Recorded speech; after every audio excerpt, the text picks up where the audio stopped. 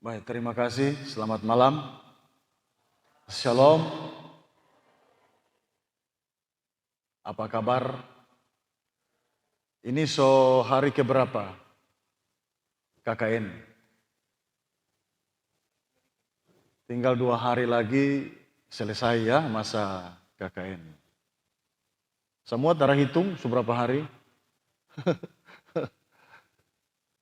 Baik.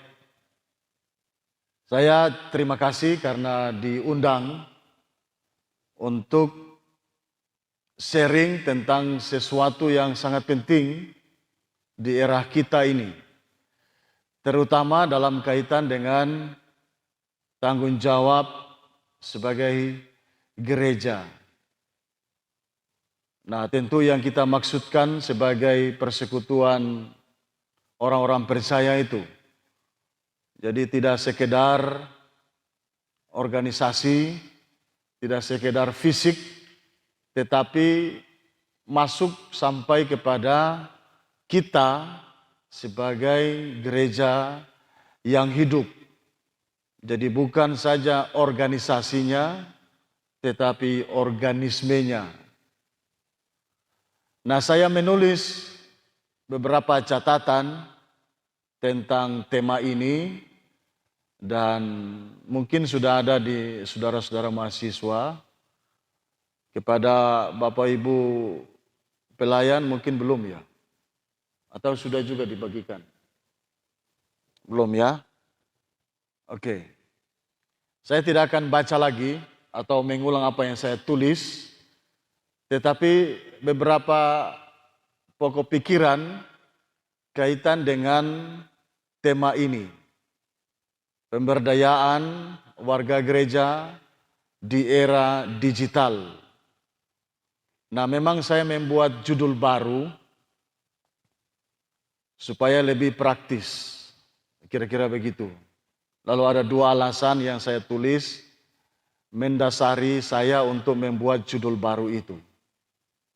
Tapi dari semua yang sudah saya tulis, apakah kaitan dengan judul baru maupun tema besar yang dimintakan oleh kelompok 4 ya, kelompok 4 KKN tematik yang ada di Desa Kaliupa.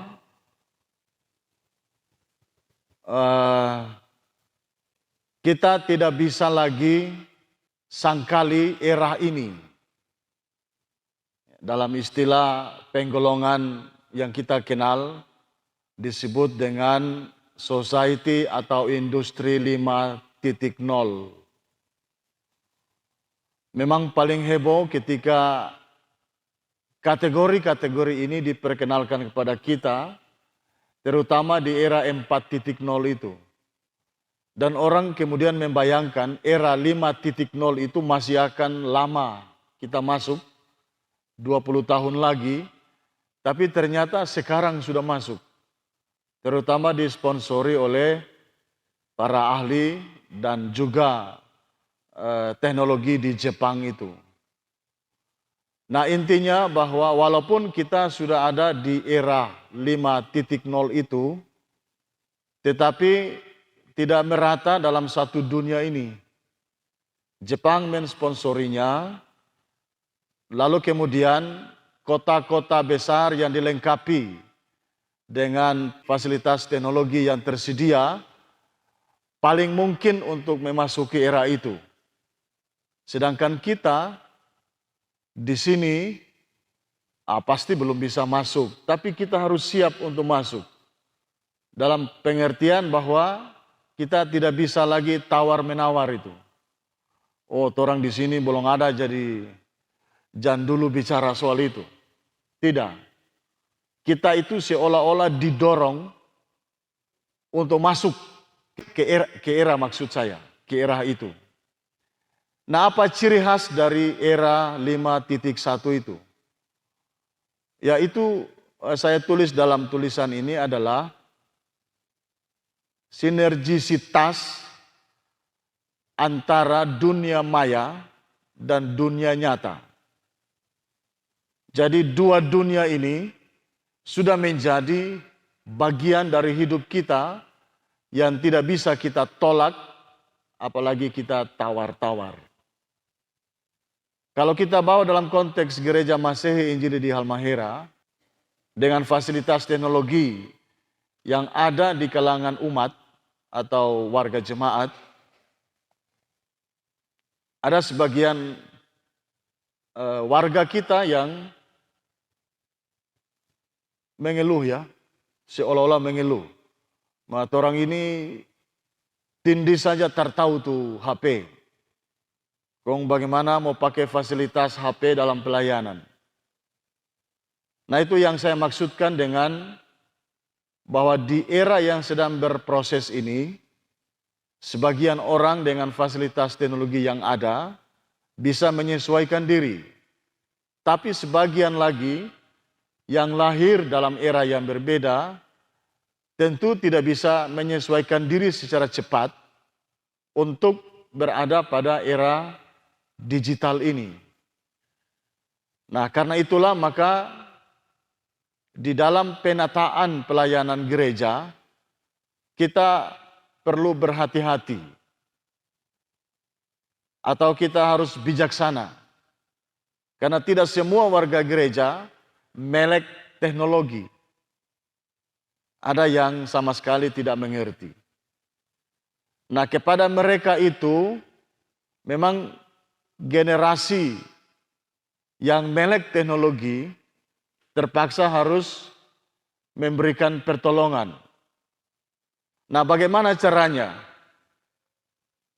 Menurut hemat saya, di unit-unit pelayanan di setiap jemaat perlu melibatkan generasi yang melek teknologi, terutama teknologi informasi. Masuk terlibat secara langsung di setiap unit pelayanan.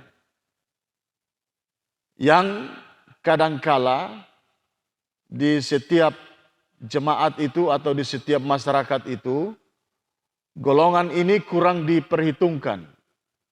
Golongan ini kurang dilibatkan di dalam unit-unit pelayanan jemaat itu. Alasannya mereka masih muda, belum berpengalaman. Ya. Tetapi bukan begitu. Di era 5.0 ini, salah satu solusi bagi kita untuk bisa eksis dalam melakukan pelayanan dengan melibatkan para generasi muda ini masuk berperan aktif di dalam pengelolaan manajemen gereja. Terutama di dalam mempersiapkan sistem-sistem pelayanan yang berkaitan dengan digitalisasi itu. Kalau tidak, kita bisa menjadi korban di dalam era yang semakin canggih dan maju ini. Saya mengusulkan dalam tulisan saya adalah kantor-kantor jemaat atau konsistori jemaat atau bahkan rumah sekretaris jemaat itu harus menjadi pusat pengelolaan digital yang mendukung pelayanan di dalam jemaat masing-masing. Saya sadar tidak semua jemaat memiliki kantor, tetapi semua jemaat memiliki konsistori. Ada konsistori yang lengkap dengan fasilitas, ada yang masih dalam usaha-usaha. Tapi ada juga yang konsistori pun tidak bisa kita taruh sejumlah perlengkapan dalam pelayanan. Karena itu maka sekretaris jemaat itu harus punya kesediaan untuk memberi rumahnya itu bagi pengelolaan sistem pelayanan di jemaat.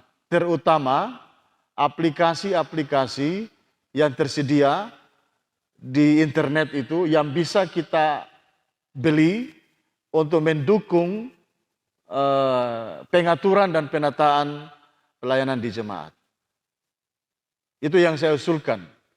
Tetapi harus kita ingat bahwa dalam hidup menggereja, walaupun kita sudah ada di era 501, kita tidak serta-merta bisa meleburkan atau bahkan menggantikan sejumlah aspek yang ada dalam hidup menggereja itu. Nah, saya menggunakan dua istilah dalam tulisan saya itu. Ada yang bisa kita tata secara online dan ada yang harus kita karyakan secara offline. Jadi, tugas panggilan gereja itu, koinonia, marturia, diakonia itu tidak bisa tergantikan dengan sistem online. Dia harus terus dan eksis pada sistem offline. Kita membuat persekutuan pribadi, persekutuan keluarga, rumah tangga, lingkungan bidang pelayanan, bahkan wilayah, dan sampai persekutuan secara sinodal, dalam peristiwa-peristiwa tertentu itu tidak bisa digantikan dengan persekutuan online. Kita tetap harus jumpa seperti ini, harus offline, harus bertemu. Karena perjumpaan secara online kadangkala tidak bisa mewakili hakikat dari apa yang harus terjadi dalam pertemuan-pertemuan secara offline itu, secara jumpa langsung, muka dengan muka ini. Ya. Jadi kita harus ingat ini. Jangan sampai karena kita sudah pada era yang canggih dan maju, lalu kita mengatur pelayanan misalnya orang ibadah online saja. Pendeta di mimbar saja, jemaat di rumahnya masing-masing, lalu kita ibadah, kita bersekutu. Kalau dalam kondisi krisis, mungkin. Seperti kemarin dalam masa COVID-19 itu. Ya. Ketika pemerintah menetapkan protokol kesehatan, mengatur sejumlah kebiasaan baru, kita harus memang masuk ke situ. Jadi dalam kondisi krisis, penataan pelayanan secara online bisa menolong kita. Tapi itu tidak bisa merubah hakikat dari panggilan bersekutu atau yang saya sebut dengan tugas gereja itu. Nah, itu yang ingin saya katakan berkaitan dengan tema ini dan tulisan yang saya tulis. Yang berikut mengenai pemberdayaan. Nah, saya mengutip Tata Gereja hasil Buli 2017 yang ada dalam tulisan itu mengingatkan kita bahwa sebenarnya pemberdayaan itu hakikat gereja kita. Itu secara eksplisit tertulis dalam Tata Gereja dengan sejumlah kutipan ayat-ayat Alkitab. Nah, dalam tulisan saya itu ada beberapa catatan yang saya anggap penting untuk kita lihat supaya dasar dari pemberdayaan itu juga semakin dalam dan semakin kuat itu. Catatan pertama pada Kisah Rasul 4 ayat 32 sampai 36 itu, pertanyaan saya adalah kenapa tidak sampai ayat 37? Padahal justru di ayat 36 sampai 37 itu menurut hemat saya semangat pemberdayaannya justru nampak. Nah, di situ kan diceritakan Yusuf atau Barnabas, anak penghiburan itu, seorang Lewi, keturunan Lewi. Dalam Alkitab Perjanjian Lama, keturunan Lewi itu tidak punya hak atas tanah itu. Mereka itu diberi hak untuk mengatur bait Allah, mengurus bait Allah. Tidak dikasih tanah. Tapi Yusuf Barnabas ini memiliki tanah. Dari mana dia dapat? Itu usaha mandirinya. Itu sungguh-sungguh berdaya secara ekonomi. Sampai dia memiliki sebidang tanah, lalu bisa berbagi dengan orang-orang yang berkekurangan. Itu catatan saya yang pertama.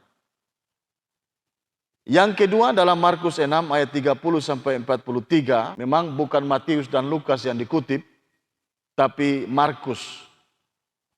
Mungkin dasar pikirnya adalah seperti tertulis dalam ayat 39 sampai 40 itu Yesus memerintahkan mereka untuk duduk berkelompok. Ada yang 50 orang, ada yang 100 orang, untuk menikmati mujizat 5 roti dan 2 ikan itu.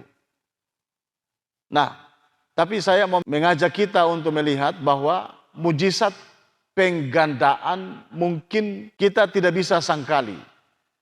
Tapi jangan lupa dalam cerita Markus itu, mujizatnya juga adalah mujizat sosial.